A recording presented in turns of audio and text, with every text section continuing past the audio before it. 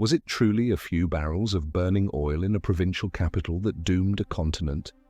Or was the fire merely an excuse, a convenient justification for a war that ambition had already written in the stars?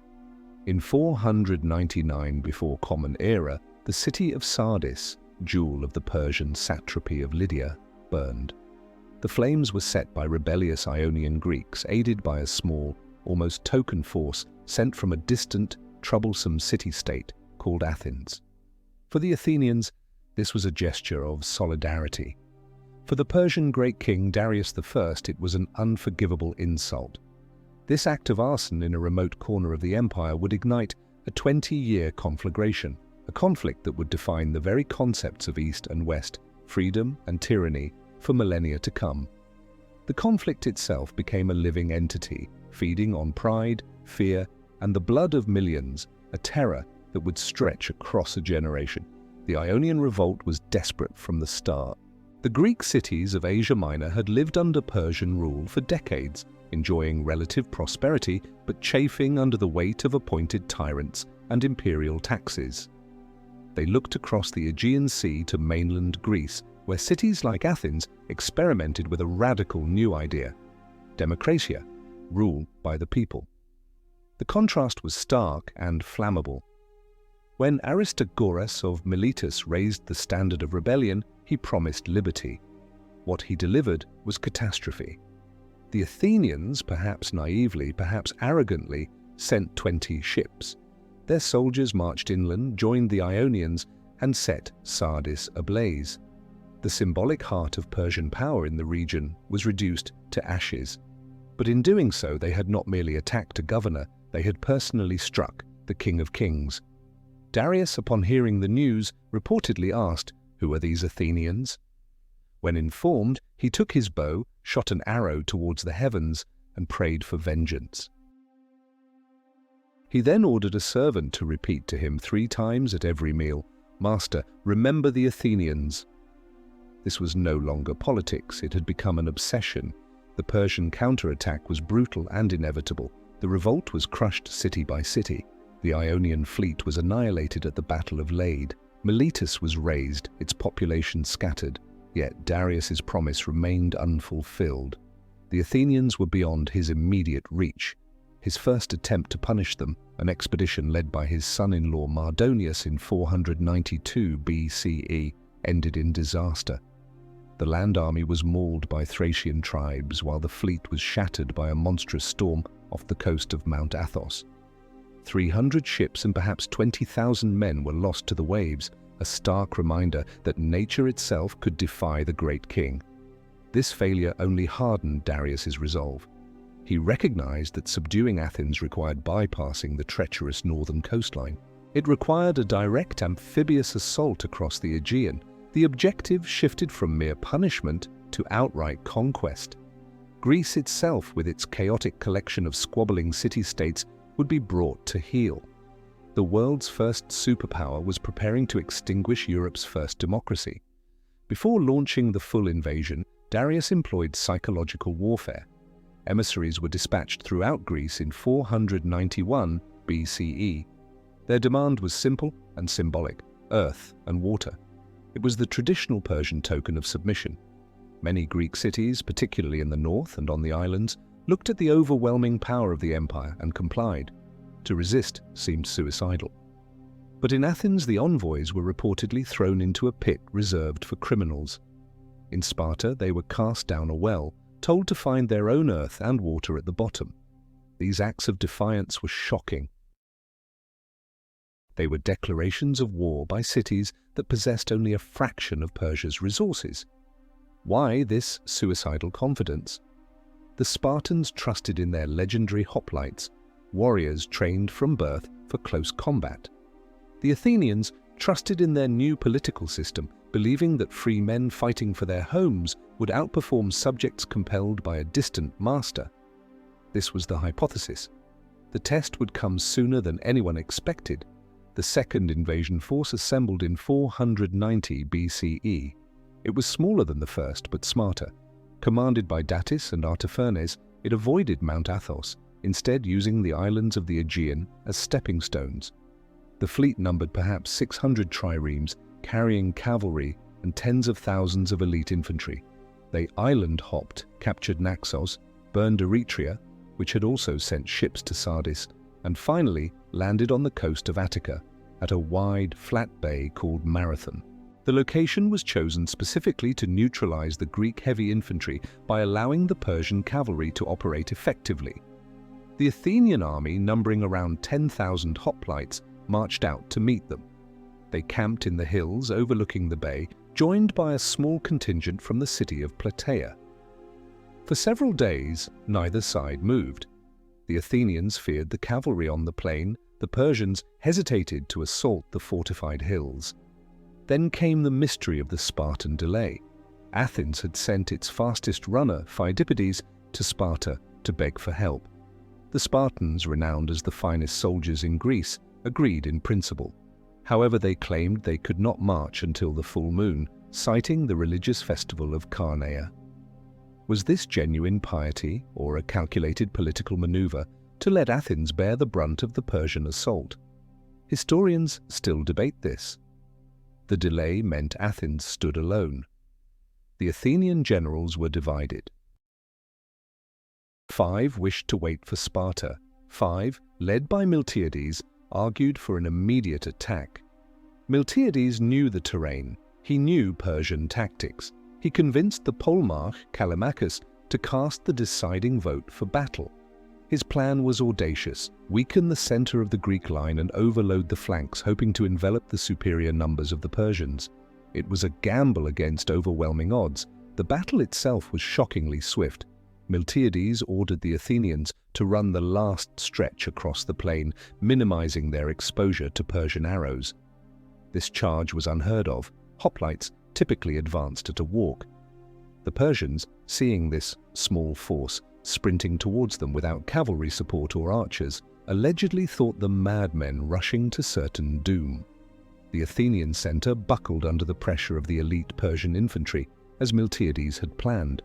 But the reinforced Greek flanks crushed their counterparts and then turned inward, enveloping the Persian core. The result was a pincer movement that turned into a massacre. Panic seized the Persian army. They broke ranks and fled back to their ships. The Athenians pursued them into the water, hacking at men and attempting to capture the vessels. By the end of the day, according to the historian Herodotus, 6,400 Persians lay dead on the beach. Athenian losses were recorded as a mere 192. The victory at Marathon was more than a battle. It was a psychological earthquake. A small citizen army had defeated the seemingly invincible forces of the great Persian Empire in open combat. The legend of the Marathon runner was born from this moment, though the popular story of a run from Marathon to Athens to announce victory is likely a later embellishment conflated with Phidippides' run to Sparta. The immediate effect, however, was concrete. The surviving Persian fleet, after a failed attempt to sail around the Cape and attack Athens directly, turned home in defeat. Darius's obsession remained unfulfilled. For the Greeks, Marathon became a foundation myth, proof that tyranny could be defeated by free will. But this victory planted dangerous seeds. In Athens, it fostered a sense of cultural superiority and overconfidence. In Persia, the humiliation demanded not just revenge, but annihilation. The first round was over, but the war had only truly begun. The single greatest consequence of Marathon was that it ensured the next invasion would be on a scale beyond human comprehension. The news of Marathon reached Darius in his palace at Susa. The failure of his commanders, Datis and Artaphernes, solidified his resolve to lead the next campaign personally. He would not delegate vengeance again.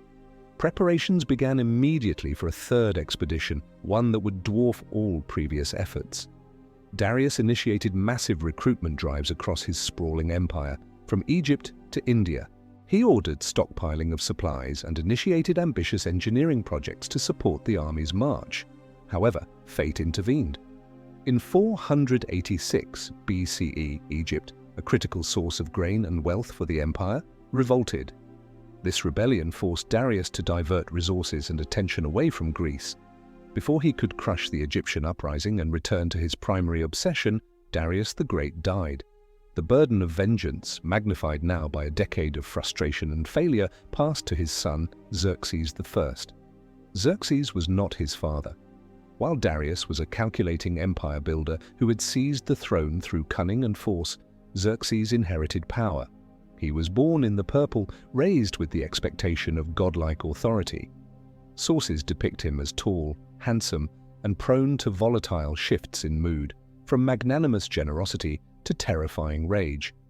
Initially, Xerxes reportedly had little interest in the Greek venture. His advisors, particularly his cousin Mardonius, who sought to redeem himself after the Mount Athos disaster, pressed him relentlessly. Mardonius argued that failure to punish Athens would diminish Persian prestige and invite further rebellions. According to Herodotus, Xerxes was swayed by dreams and omens promising him dominion over all of Europe. Whether driven by divine mandate or political necessity, Xerxes embraced the mission. He would not repeat his father's mistakes. He would not send a mere task force. He would lead an army so vast it would drink rivers dry. He would erase Greece from memory. The sheer scale of preparation for Xerxes' invasion staggers the imagination. This was not just war, it was logistical theater designed to inspire awe and terror. The most significant challenge was overcoming the natural barrier that had destroyed Mardonius's fleet, the peninsula of Mount Athos. Xerxes ordered a canal to be dug directly through the isthmus, wide enough for 2 triremes to pass abreast. For 3 years, forced laborers from across the empire toiled to cut through more than a mile of earth and rock. This project was strategically sound, but its immense cost and labor bespoke something deeper, a desire to master nature itself, to show that even the land and sea would bend to the king's will. It was an act of supreme hubris, a message to the gods as much as to the Greeks. While the canal was being dug, supply depots were established along the route through Thrace and Macedon, filled with mountains of grain, salted meat, and wine. The logistics required to move perhaps hundreds of thousands of men and animals were planned with meticulous, terrifying precision. The most famous engineering feat was the bridging of the Hellespont, the strait separating Asia from Europe. Xerxes commanded 2 pontoon bridges to be built near Abydos. When a powerful storm destroyed the initial structures, Xerxes flew into a famous rage. He ordered the engineers responsible beheaded. Then, in a symbolic act of defiance against the divine, he commanded his soldiers to give the Hellespont 300 lashes with a whip, while branding irons were plunged into the water and fetters thrown into the depths. His men reportedly shouted, "O bitter water, our master thus punishes you, because you did him wrong, though he had done no wrong to you." This story, whether literally true or a Greek invention to highlight Persian arrogance, perfectly captures the worldview clash. The Greeks saw nature as governed by unpredictable gods. Xerxes saw it as an unruly slave that must be disciplined by the king. The bridges were rebuilt, this time using hundreds of anchored ships tied together, forming a stable roadway nearly a mile long. In the spring of 480 BCE, the great army assembled at Sardis, the very city whose burning had started the conflict a generation earlier. Herodotus claims the army numbered over 5 million men, including support staff, a figure modern historians deem impossible. More conservative estimates suggest between 100,000 and 300,000 combat troops, supplemented by a fleet of over 1,200 warships drawn from Phoenicia, Egypt, and Ionia. Even at the lower estimate, it was likely the largest invasion force humanity had yet witnessed. It was a multi-ethnic, multilingual horde, Persians in scaled armor, Medes in felt caps, Assyrians with iron-studded clubs, Indians in cotton, Ethiopians draped in leopard skins, nomadic Scythians with powerful bows. This army of nations was designed to overwhelm through sheer numbers. Xerxes reviewed his troops, sitting on a marble throne, weeping, according to legend, at the thought that not one of these men would be alive in 100 years. A moment of philosophical melancholy before loosing the apocalypse. As the army marched toward the Hellespont, Xerxes continued his psychological warfare. Envoys were again sent to all Greek states, demanding earth and water. This time, Sparta and Athens were pointedly excluded. Their fate was already sealed. The response was far more favorable to Persia than a decade prior. Faced with the undeniable reality of Xerxes' force, many city-states in northern and central Greece submitted without resistance. The powerful regions of Thessaly and Boeotia, including the city of Thebes, actively Medized, aligning themselves with the Persian cause. They saw resistance as futile and sought to gain favor with the inevitable new rulers of Greece. This created a profound internal crisis. Greece was not a unified nation, but a fractured collection of rivals. The Persian invasion forced a choice: submit and survive, or resist and face annihilation. The schism ran deep, pitting city against city, and sometimes citizen against citizen within the same walls. The crossing of the Hellespont took 7 days and 7 nights. The infantry crossed one bridge, the baggage animals and cavalry the other. To ensure divine favor, Xerxes poured libations from a golden cup into the sea, and through the cup, a golden bowl, and a Persian sword into the strait as offerings. As the horde moved west, it left devastation in its wake. The sheer logistics of feeding the army strained local resources to the breaking point. Towns were ordered to prepare elaborate feasts for the king and his court, only to be left destitute after the army passed. The invasion was a slow-moving natural disaster, consuming everything in its path. The Greek resistance, small and fractured, faced a critical question. Where could they possibly hope to stop this tide? The north had already fallen. The next defensible line lay further south, at a narrow pass where the mountains met the sea. Meanwhile, in Athens, one man had anticipated this very scenario for a decade. Themistocles was not a traditional Athenian aristocrat. He was a populist politician, a brilliant strategist, and utterly ruthless.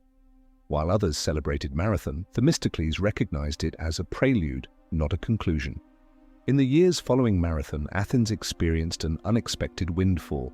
A massive new vein of silver was discovered at the state-owned mines of Laurium. Politicians debated what to do with the wealth. Many proposed distributing it directly to the citizens. Themistocles fought a bitter political battle, arguing for a radical proposal: use every ounce of silver to build a new fleet of 200 triremes, the most advanced warships of the age. He justified this not by explicitly naming Persia, which might have seemed alarmist, but by citing an ongoing rivalry with the island state of Aegina. Yet everyone understood the true threat looming in the east.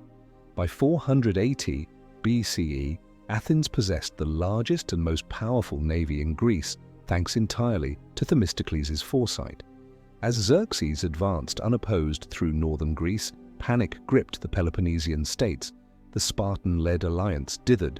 Their preferred strategy was to abandon everything north of the Isthmus of Corinth and build a wall across it, effectively surrendering Athens and central Greece to the invaders. This strategy was militarily sound for defending Sparta, but politically disastrous for Greek unity.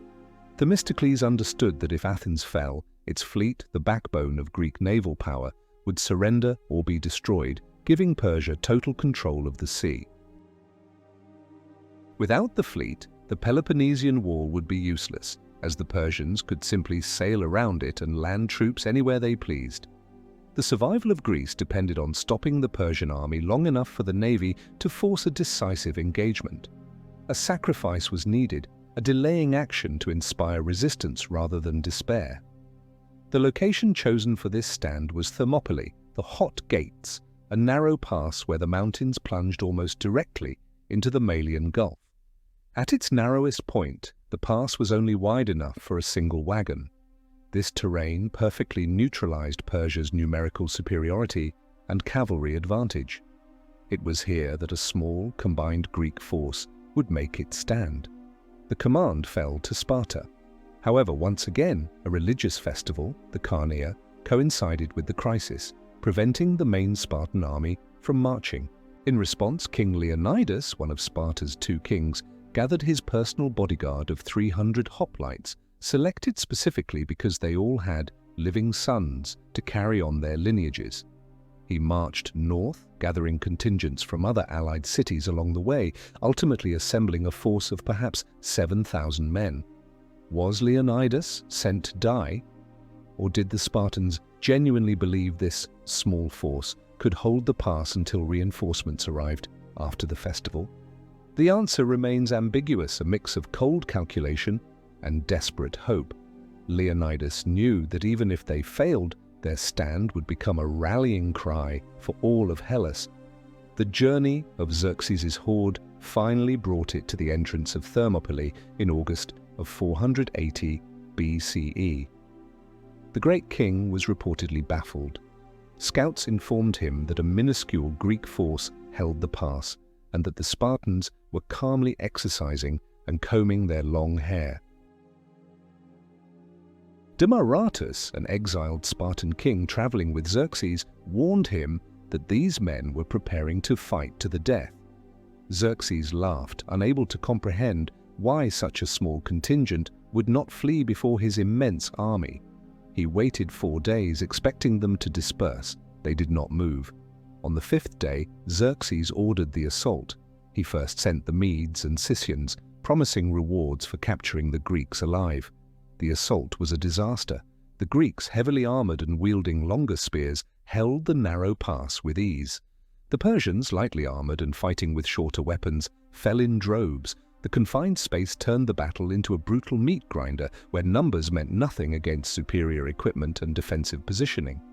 For 2 days, Xerxes threw wave after wave of his best troops against the Greek shield wall. He sent in his elite guard, the Immortals, a force of 10,000 hand-picked soldiers. They too failed to break the Spartan-led line. The Greeks fought in rotation, a fresh company replacing a weary one, maintaining an impenetrable barrier of bronze and iron. Herodotus claims Xerxes leaped from his throne 3 times in frustration as he watched his finest warriors cut down. The pass was becoming a graveyard for Persian prestige. The psychological impact on the vast multi-ethnic army was significant. If a few thousand Greeks could inflict such damage here, what would happen when they faced the full armies of the Peloponnesian states further south? The small band at Thermopylae was proving Themistocles' theory. Free men fighting for their land were worth more than conscripts fighting for a king. But the stalemate could not last. The conflict required a different kind of intervention, betrayal. The key to unlocking Thermopylae came not from force, but from treachery. A local man named Ephialtes, seeking a rich reward from the Persian king, revealed the existence of a hidden mountain path that bypassed the pass. This path, used by shepherds, would allow Persian forces to circle behind Leonidas's position and attack from both sides. Xerxes immediately dispatched the Immortals under the command of Hydarnes on this flanking maneuver. During the night, they marched through the mountains, overwhelming the small Phocian contingent tasked with guarding the trail. As dawn broke on the 3rd day, lookouts brought word to Leonidas. The enemy was behind them. The pass was compromised.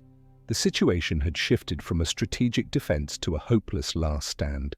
Leonidas acted decisively. He dismissed the bulk of the allied Greek contingents, ordering them to retreat south and carry word of the battle, preserving their strength for future fights. He, however, would remain. His 300 Spartans stayed, along with 700 Thespians who refused to abandon their neighbors, and 400 Thebans whose loyalty was suspect and whom Leonidas may have kept as effective hostages. Why did Leonidas stay to die? Spartan law forbade retreat. Fulfilling an oracle that foretold either Sparta's destruction or the death of a king may have played a role. But most critically, the sacrifice was a political statement. By dying there, Leonidas ensured Spartan commitment to the war and created an immortal legend of resistance that would galvanize all of Greece. The final battle was not a battle, but a calculated act of martyrdom. The small force retreated to a small hillock within the pass and fought until every last man was overwhelmed by a hail of arrows and spears. Xerxes, in a fit of rage uncharacteristic for Persian custom, ordered Leonidas's body decapitated and crucified. The hot gates had fallen, but the cost to Persia had been high, and the time bought by Leonidas was invaluable. While Leonidas prepared for his final stand at Thermopylae, the Greek fleet was engaged in its own desperate struggle just offshore, at Cape Artemisium. The naval strategy was symbiotic with the land battle. The fleet needed to prevent the Persian navy from landing troops behind Leonidas, while Leonidas prevented the army from marching south to support the fleet. The Greek fleet, commanded by the Spartan Eurybiades but strategically guided by Themistocles, numbered fewer than 300 ships against a Persian force perhaps 3 times its size. For 3 days, the fleets clashed in indecisive engagements. The Greeks used innovative tactics, forming defensive circles to protect their vulnerable flanks. Storms once again came to their aid, wrecking hundreds of Persian ships caught in open water. Despite these small successes, the Greeks were taking heavy losses and were on the verge of retreating when news arrived. Thermopylae had fallen. The strategic purpose of holding Artemisium evaporated instantly. The fleet withdrew south, making for the island of Salamis, near Athens. The fall of Thermopylae opened the floodgates. The Persian army poured into central Greece unopposed. The region of Boeotia formally surrendered and joined the Persian forces. The path to Athens itself was now completely clear. Panic seized the city. The Peloponnesian strategy of fortifying the Isthmus of Corinth was implemented in full force, leaving Athens to its fate. Themistocles, facing the collapse of his strategy and the imminent destruction of his city, initiated a desperate measure, the total evacuation of Athens. Citing a Delphic oracle that prophesied safety behind a wooden wall, Themistocles convinced the Athenians that the oracle meant their ships, not the city's ancient Acropolis defenses. In a chaotic, heart-wrenching exodus, virtually the entire population of Athens, women, children, and the elderly, was ferried to the nearby island of Salamis and to Troezen on the Peloponnesian coast. The city was left empty, save for a few diehards who chose to interpret the wooden wall literally and barricaded themselves on the Acropolis. The allied Greek fleet gathered in the narrow straits between Salamis and the mainland coast of Attica. The situation was grim. The Peloponnesian commanders, led by Eurybiades and the Corinthian Adimantus, wanted to abandon Salamis immediately. Their logic was to retreat to the Isthmus of Corinth, where they could fight in conjunction with their land army. If they were defeated at Salamis, they argued, they would be trapped against an enemy-held coast with no escape route. The alliance was fracturing rapidly. The fleet was on the verge of dissolving as different contingents prepared to sail home to defend their own cities. Themistocles understood that this retreat would mean the end of all resistance. Greece's fate hinged on fighting here, in these specific narrows where Persia's numerical advantage would again be nullified. He needed to force a battle against the wishes of his own allies. To do this, he resorted to one of history's most audacious acts of deception. Xerxes, having arrived in Attica, watched as his troops stormed the Acropolis and slaughtered its few defenders. He then ordered Athens to be put to the torch. The temples and homes were systematically looted and burned, fulfilling the oath of vengeance taken by his father Darius nearly 20 years prior. Watching the smoke rise from Athens, Xerxes believed he had won. His land objective was achieved. Now he only needed to sweep away the remnants of the Greek fleet. His commanders advised caution. Some suggested simply blockading the Greeks until starvation forced their surrender.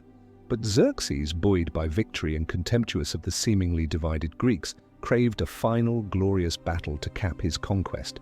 It was precisely this psychological weakness, his hubris, that Themistocles chose to exploit. Late at night, Themistocles summoned his most trusted servant, a Persian-speaking slave named Sisinus. He dispatched Sisinus to the Persian camp under cover of darkness with a secret message for Xerxes. Sisinus claimed Themistocles was a secret sympathizer of the great king and wished to see him victorious. The message stated that the Greek fleet was in chaos, terrified, and planned to flee under cover of night. Crucially, Sisinus advised Xerxes to block the exits of the Salamis Strait immediately to prevent their escape. Furthermore, Themistocles supposedly guaranteed that if attacked, many Greek ships would switch sides or flee, ensuring an easy Persian victory. Xerxes swallowed the bait completely. It confirmed everything he believed about Greek cowardice and division. He ordered his fleet to deploy immediately, sending the powerful Egyptian contingent to blockade the western exit of the strait, while the main force entered the eastern narrows to trap the Greeks. He set up a golden throne on the slopes of Mount Aigalios, preparing to watch the destruction of his enemy at sunrise. As dawn broke on September 29, 480 BCE, the Greek sailors saw a horrifying sight. The entire Persian fleet, a forest of masts, blocked all escape routes.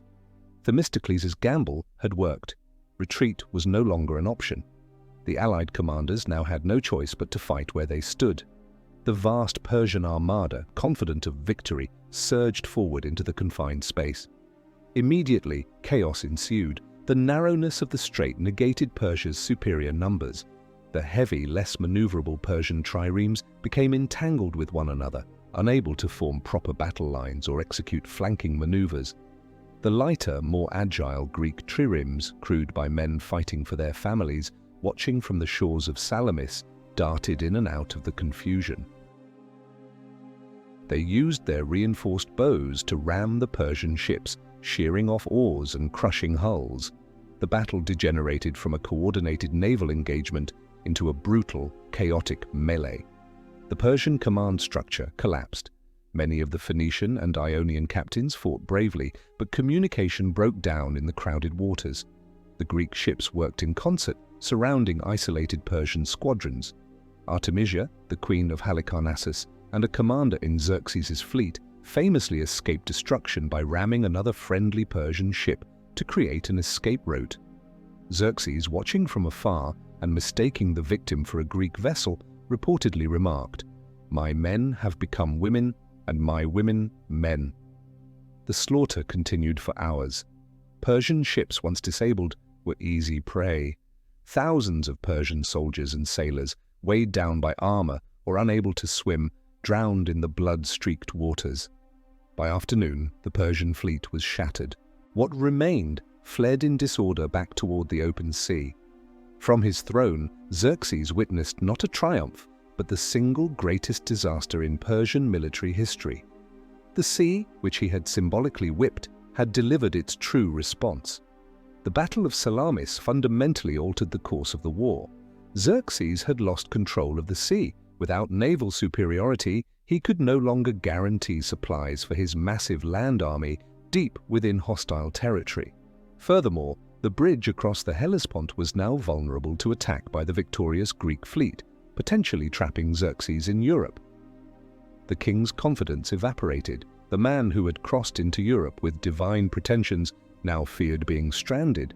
He made the decision to retreat. Leaving his best general, Mardonius, with an elite force of perhaps 100,000 men to winter in Greece and attempt to finish the conquest the following spring, Xerxes took the bulk of his army on a grueling march back to Asia. The retreat was a catastrophe in itself, with thousands dying from starvation and disease during the harsh journey through Thrace. The god king returned to Persia not as a conqueror, but as a fugitive. The aura of invincibility was broken.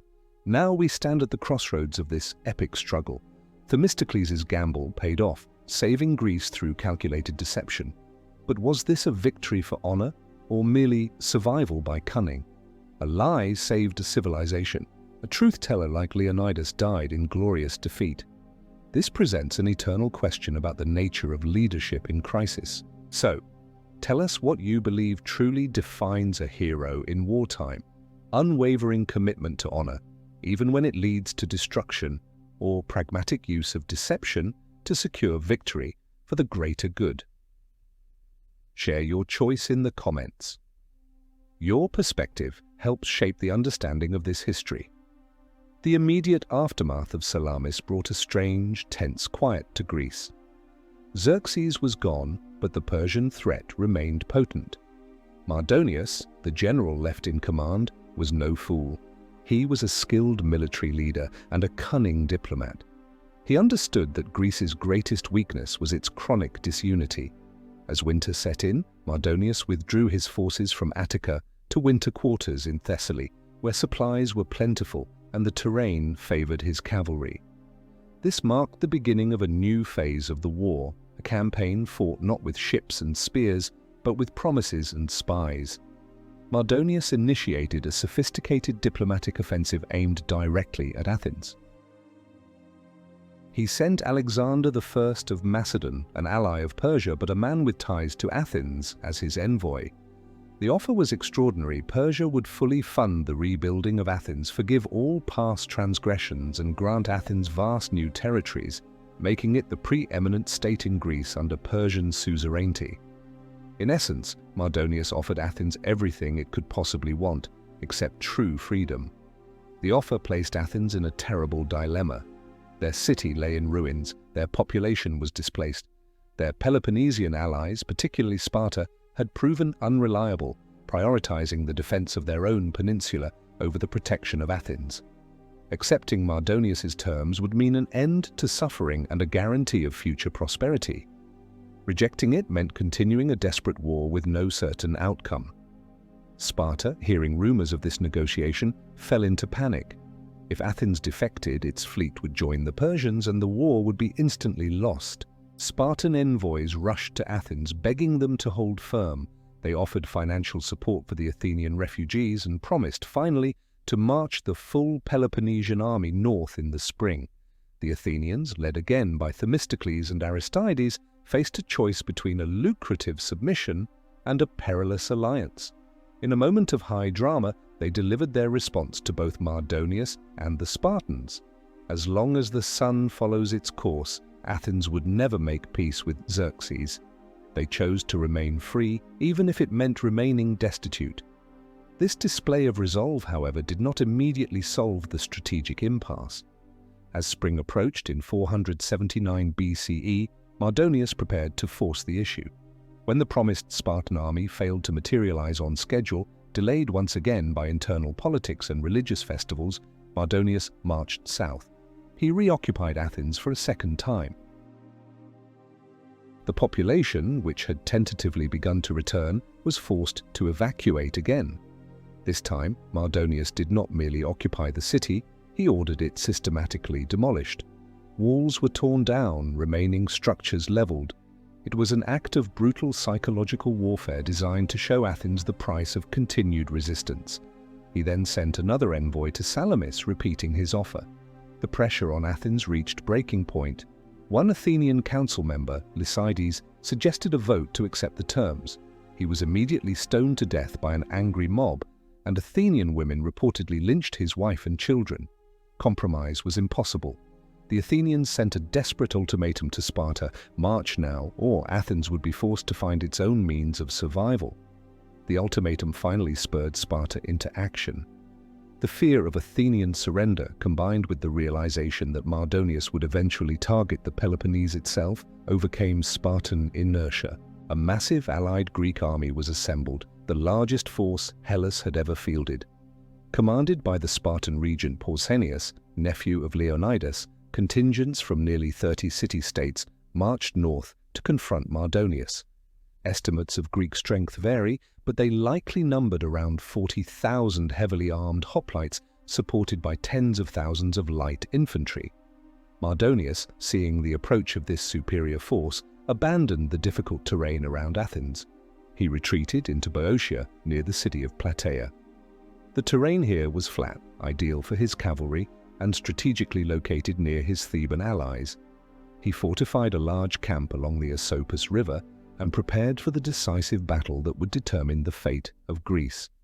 The two armies faced each other across the river for nearly 2 weeks. Neither side was eager to initiate the attack under unfavorable conditions. The Greeks, positioned on higher ground, were safe from cavalry charges but struggled with supply lines. The Persians, secure in their fortified camp, used their superior cavalry to launch hit-and-run attacks, harassing Greek foraging parties and attempting to foul their water sources. This period was a war of nerves. Mardonius's cavalry, led by the skilled commander Mecistius, inflicted significant damage, at one point nearly overrunning the Athenian position. The Greeks managed to kill Mecistius in a fierce skirmish, a major blow to Persian morale. Yet, Pausanias remained cautious, refusing to be lured onto the plain. Mardonius grew impatient. His supplies were dwindling, and he feared the Greek alliance would only grow stronger with time. Against the advice of some of his commanders, he decided to force a general engagement.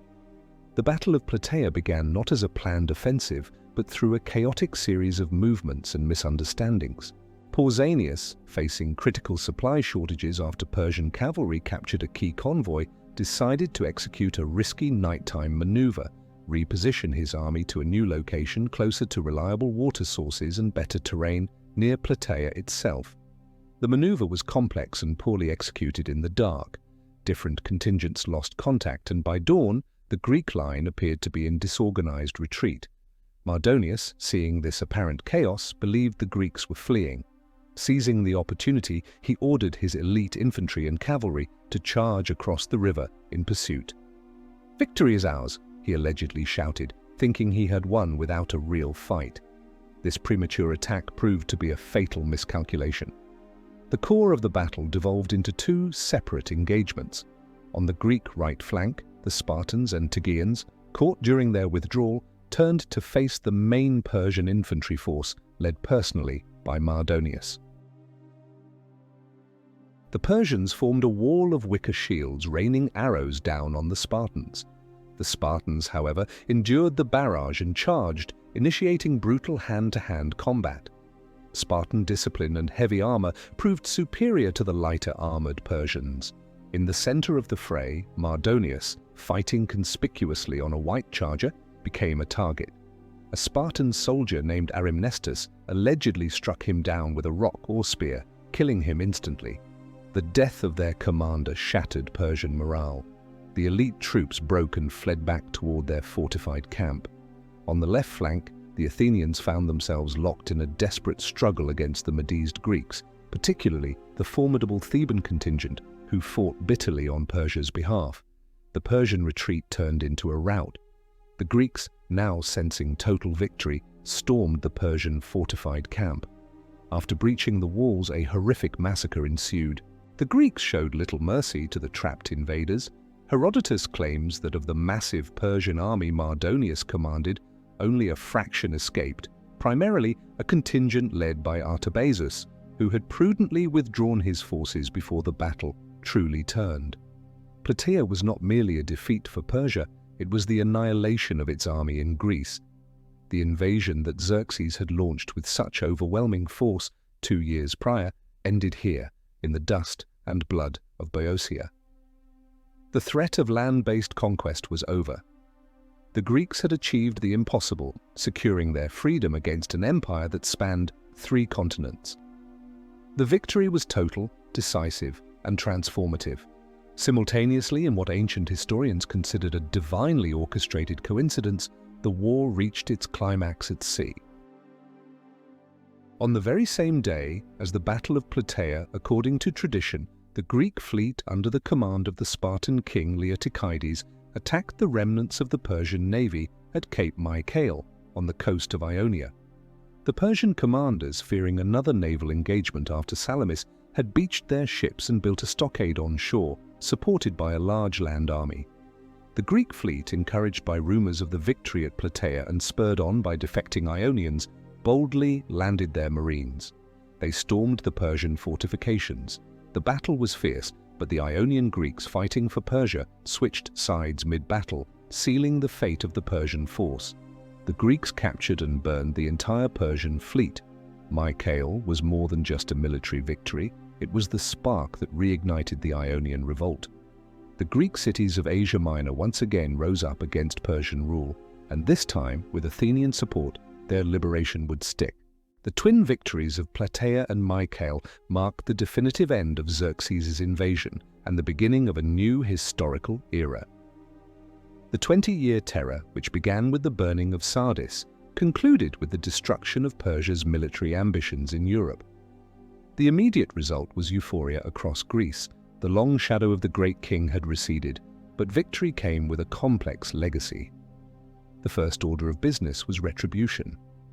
In Greece, Pausanias led the army to besiege Thebes, demanding the surrender of the leaders who had collaborated with Persia. The collaborators were executed, establishing a harsh precedent for dealing with internal dissent. More significantly, the power vacuum created by Persia's retreat fundamentally altered the balance of power within Greece itself. The war had forged an unprecedented sense of pan-Hellenic identity, but it also sowed the seeds of future conflict between the primary victors, Sparta and Athens. Sparta, the traditional land power and leader of the alliance, had provided the crucial leadership at Thermopylae and Plataea. However, the Spartans were inherently isolationist. With the immediate threat removed from the Peloponnese, their inclination was to withdraw back behind their mountain barriers, content to let the wider world fend for itself. Athens, conversely, emerged from the war transformed. Their city was destroyed, but their prestige was boundless. The Athenian fleet, built by Themistocles, had been the decisive factor at Salamis and Mycale. Athens now possessed unrivaled naval power and a newfound confidence. The Athenians felt, justifiably, that they had sacrificed the most and deserved the most from the victory. They were unwilling to simply return to the pre-war status quo where Sparta held dominance. A new ambition stirred within the ashes of their city. This tension materialized almost immediately in the formation of the Delian League in 477 BCE. After the liberation of Ionia, the newly freed city-states sought continued protection from potential Persian retribution. Sparta characteristically shirked the responsibility of permanent overseas commitments. Athens eagerly stepped into the void. They proposed a new alliance headquartered on the sacred island of Delos.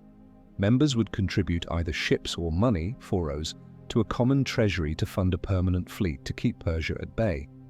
Initially, this was a voluntary league of mutual defense. However, under Athenian leadership, it rapidly evolved. Athens began to dictate policy. States that attempted to leave the league were forcibly brought back under Athenian control. The treasury was eventually moved from Delos to Athens itself, and the funds were used not only for defense, but for rebuilding Athens on a scale of unprecedented magnificence, including the construction of the Parthenon. The liberator of Greece was slowly, almost imperceptibly at first, becoming an imperial master. The irony of history is cruel. The very qualities that allowed Athens to defy Persia, its dynamism, its naval prowess, its assertive confidence, were the same qualities that made it a threat to its former allies. The 20-year war against Persian despotism concluded only to set the stage for the next great conflict, the Peloponnesian War between Athens and Sparta. The struggle for freedom against tyranny had created a new power dynamic where freedom itself became a tool of empire. The Greeks had defeated the external threat, only to find the seeds of tyranny growing within their own victory. The war against Xerxes proved that free citizens could defeat an empire, but it failed to solve the underlying problem of human ambition. The struggle for dominance simply shifted from an external enemy to an internal rivalry. But before that new conflict could fully ignite, the architects of the great victory had to face their own fates. The war had created heroes of immense stature, men like Pausanias and Themistocles, who had wielded unprecedented power and influence. Yet the very systems they fought to protect, the rigid oligarchy of Sparta and the fractious democracy of Athens, proved incapable of managing these oversized personalities. Victory, it turns out, can be just as corrupting as defeat. The story of the war's aftermath is not one of celebration, but a chilling tragedy of political ingratitude and personal downfall. The men who saved Greece would soon discover that the most dangerous enemies often emerge after the battle is won from within their own ranks. The fall of these heroes demonstrates a timeless principle. Societies often fear the saviors who become too powerful, and democracy in particular has a tendency to devour its own children. Let us explore the tragic arc of Pausanias, the Spartan regent and hero of Plataea. In the immediate aftermath of the victory, Pausanias led the combined Greek fleet in liberating Cyprus and capturing Byzantium from Persian control. He was, for a brief time, the most powerful man in Greece. But power corrupted him swiftly and absolutely. Pausanias adopted Persian dress and customs, maintained a personal bodyguard of Persian soldiers, and treated the allied Greek commanders with extreme arrogance. His behavior became tyrannical. Rumors began to circulate that Pausanias was engaging in secret correspondence with Xerxes himself, offering to deliver Greece to the king in exchange for marriage to Xerxes' daughter and rule over all of Hellas. Whether these accusations were entirely true or exaggerated by jealous rivals, his conduct became intolerable. The Ionian allies explicitly rejected his command, turning instead to Athenian leadership, which directly precipitated the formation of the Delian League. Recalled to Sparta to face charges of medism, Pausanias was initially acquitted due to lack of concrete evidence and his immense reputation. However, he continued his intrigues.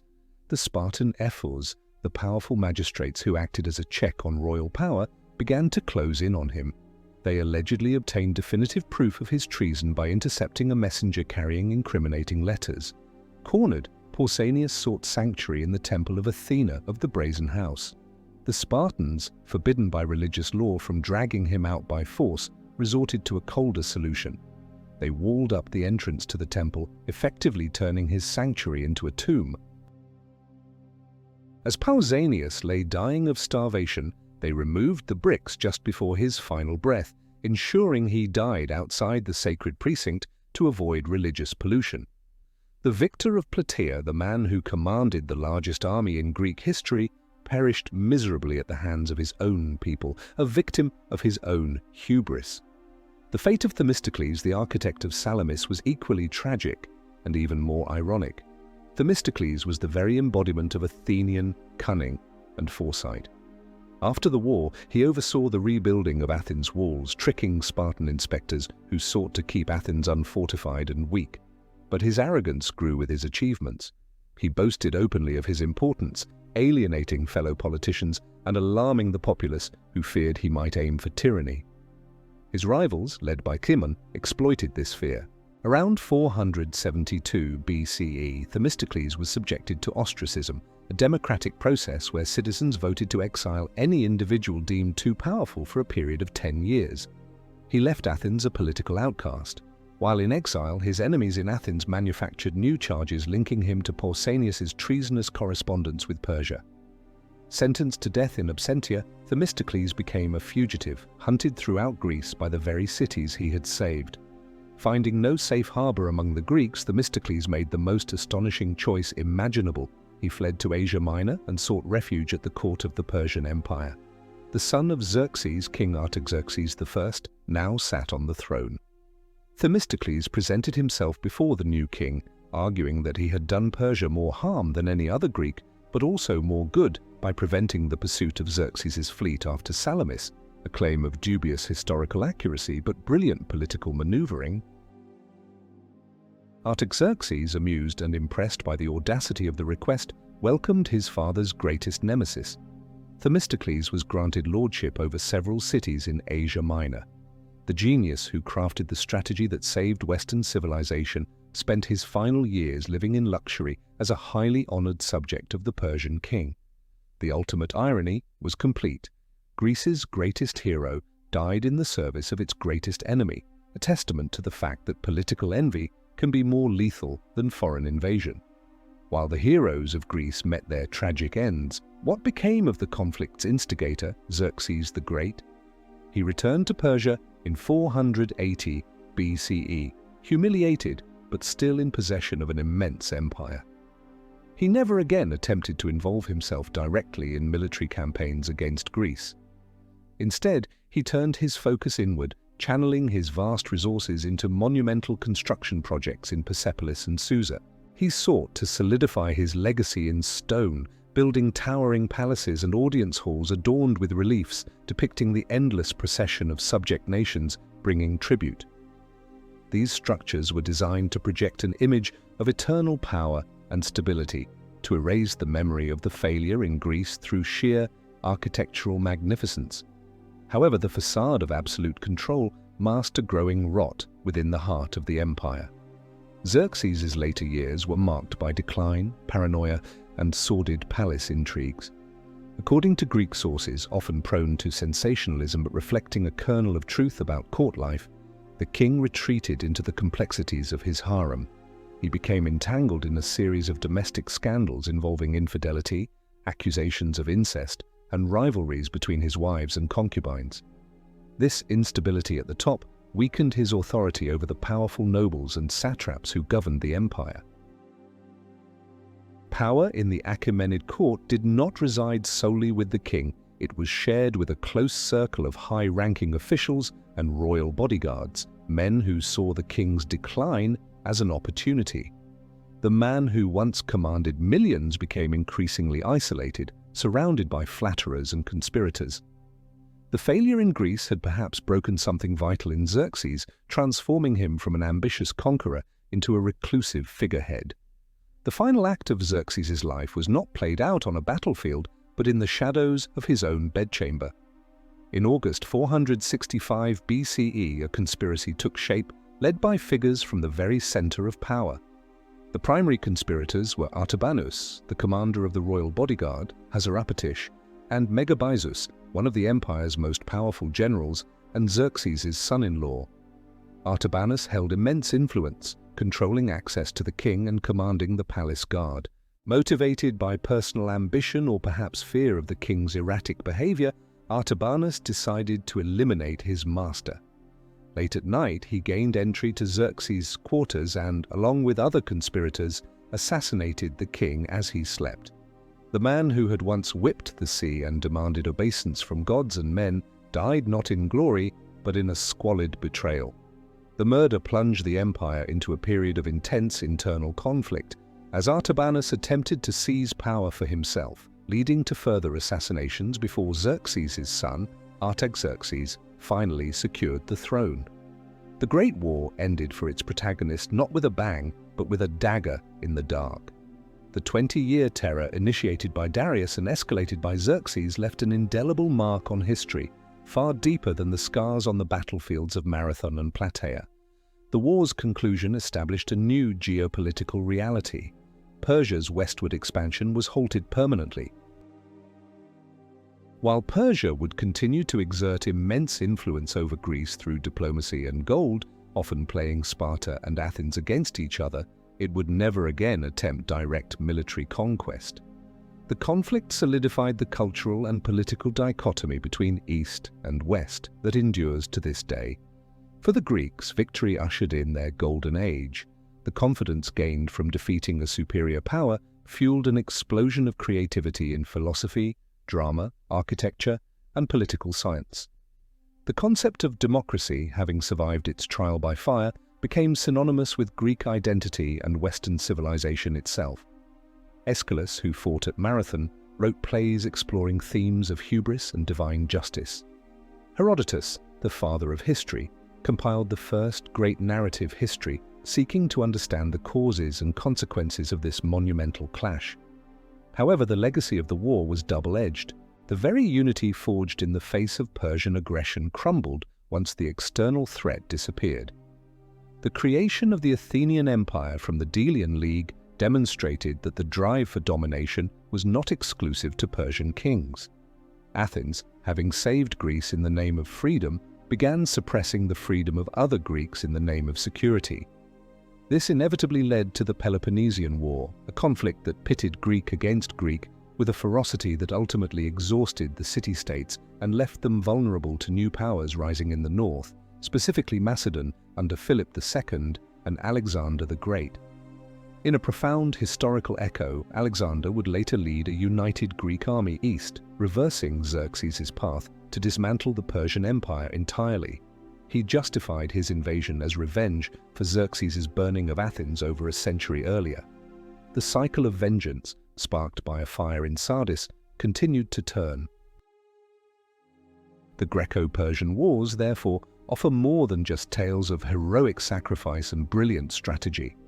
They serve as a foundational myth for the modern world, encapsulating an eternal struggle between centralized authority and individual liberty. The figures of Leonidas at Thermopylae and Themistocles at Salamis became archetypes, representing different facets of resistance against overwhelming power. But the conflict also serves as a warning. It demonstrates how easily victory can curdle into arrogance, how alliances forged in desperation can fracture in prosperity, and how the pursuit of absolute security can lead to the creation of a new tyranny. The war that began as a fight for survival ended by fundamentally reshaping the victor into a mirror image of the vanquished foe. 25 centuries later, nations still grapple with the questions posed by this ancient conflict. What is the true price of freedom? And what safeguards prevent the liberator from becoming the new oppressor? The shadow of Xerxes' ambition and the Greek response to it stretches long, reminding us that history never truly ends. It merely waits for the next cycle of pride and retribution to begin. This long war forced a civilization to define itself by what it opposed, but in victory it faced a crisis of identity. When the fight for survival ends, the struggle for meaning begins. We are left with the fundamental paradox of progress. Which force do you believe ultimately shapes history more profoundly? The external threat that forces unity and innovation through crisis, or the internal ambition that drives expansion and change after the crisis has passed? Let us know in the comments whether you side with necessity born of threat or progress driven by ambition.